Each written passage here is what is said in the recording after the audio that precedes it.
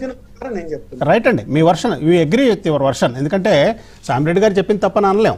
ఎందుకంటే ఆయన దగ్గర ఉన్నారు, ఆ ట్రావెల్స్ మొత్తానికి ఆయన ప్రెసిడెంట్గా ఉన్నారు, ఆయన చూస్తున్నారు, రోజు చూస్తున్నారు. కాకపోతే ఏంటంటే are they qualified, are they properly equipped with driving this kind of vehicles, అంటే వాళ్ళకి సమర్థత ఉందా?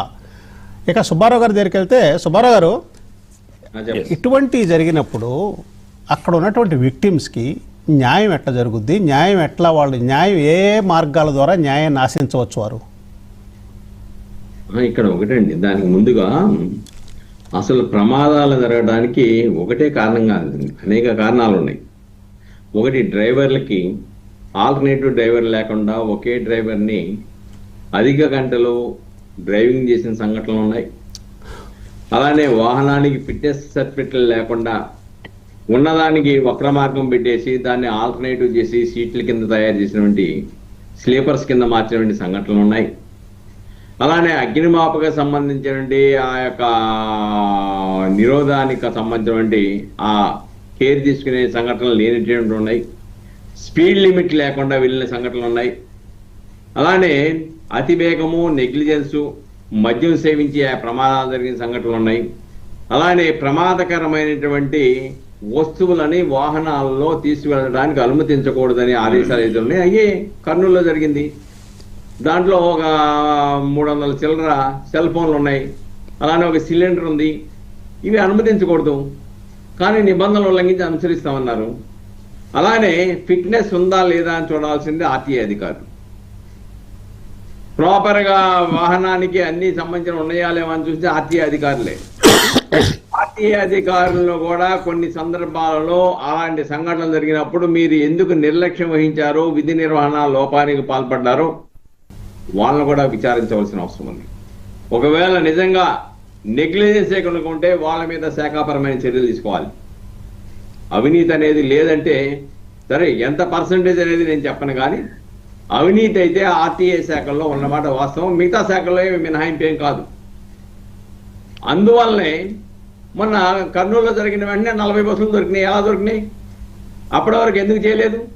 ఆ యాక్షన్ ఎందుకు తీసుకురాకపోయారు? ఎందుకు ఆ విధంగా స్పాంటేనియస్గా రియాక్ట్ అవ్వలేకపోయారు గతంలో? కాబట్టి ఇవన్నీ కూడా డెఫినెట్గా ఆ యొక్క శాఖ యొక్క నిర్లక్ష్యము, ప్లస్ కొన్ని సందర్భాల్లో రోడ్లు కూడా సక్రమంగా లేక గతుకులు ఉన్న సందర్భాలు. ఇంకోటి ఏంటంటే, ఈ టిప్పర్ లారీస్ని డెఫినెట్గా ప్రభుత్వాలు కూడా ఆలోచించాలి. ఇవి పగల్లో వాటిని అనుమతి ఇవ్వకుండా ఆ లోడ్ అంతా రాత్రి పూట తెచ్చుకునే విధంగా ఏదైనా చేస్తే కొంత ప్రత్యామ్నాయం ఏమన్నా ఉండడానికి అవకాశం ఉంటుంది.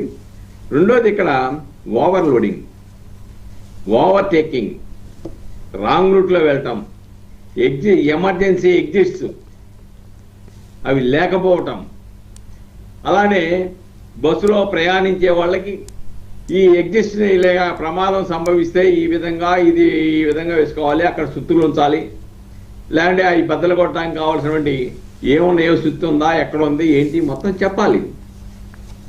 అవి ఏమీ జరగవు. ఓ ప్రమాదం జరిగిన తర్వాత మాత్రం ప్రభుత్వాలు స్పందిస్తాయి, ఆర్టీఏ అధికారులు స్పందిస్తారు, మనం చర్చా వేదికలో కూర్చొని మాట్లాడుకుంటాం. తర్వాత చనిపోయిన వాళ్ళకి 1 కోటి ఇస్తే ఏంటి, 50 లక్షలు ఇస్తే ఏంటి, వాళ్ళ ప్రాణాలు తిరిగి రావు కదా. కాబట్టి ప్రికాషనరీ స్టెప్స్ తీసుకోవడంలో నెగ్లిజెన్స్ అధికారులది స్పష్టంగా కనబడతా ఉంది. ఆ బస్సుల పట్ల, బస్సుల్లో డ్రైవింగ్ చేస్తున్నప్పుడు 2 డ్రైవర్లు ఉన్నారా లేదా, ఒకే డ్రైవర్ ఉన్నారా, ఎందుకు ఇన్స్పెక్షన్ చేయరు? అలాగుంటే ఇమీడియట్గా బస్సును ఆపేయాలి కదా. లేకుంటే నిబంధనల విరుద్ధంగా ఇతర రాష్ట్రాల్లో రిజిస్ట్రేషన్ చేయించుకొని వచ్చేసి సీట్ల కింద రిజిస్ట్రేషన్ చేసి స్లీపర్ కింద మార్చినప్పుడు, ఆల్టర్నేటివ్ చేసినప్పుడు అటువంటి వాళ్ళ మీద చర్య తీసుకోవాలి కదా.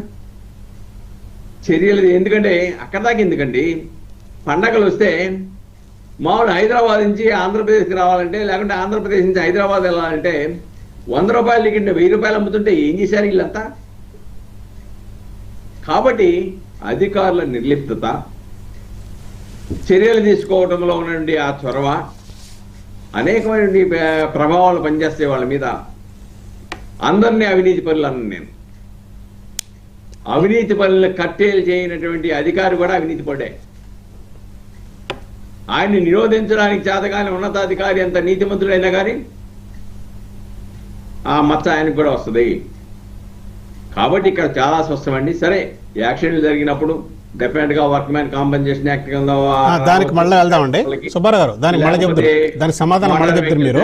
అంటే ఏ యాక్ట్స్ కింద డబ్బులు వస్తాయని మళ్ళీ వాళ్ళకి మీరు చెబుతారు. కానీ వ్యవస్థని సరిదిద్దటం ఎట్లా? అసలు వ్యవస్థ మనకు తెలుసు.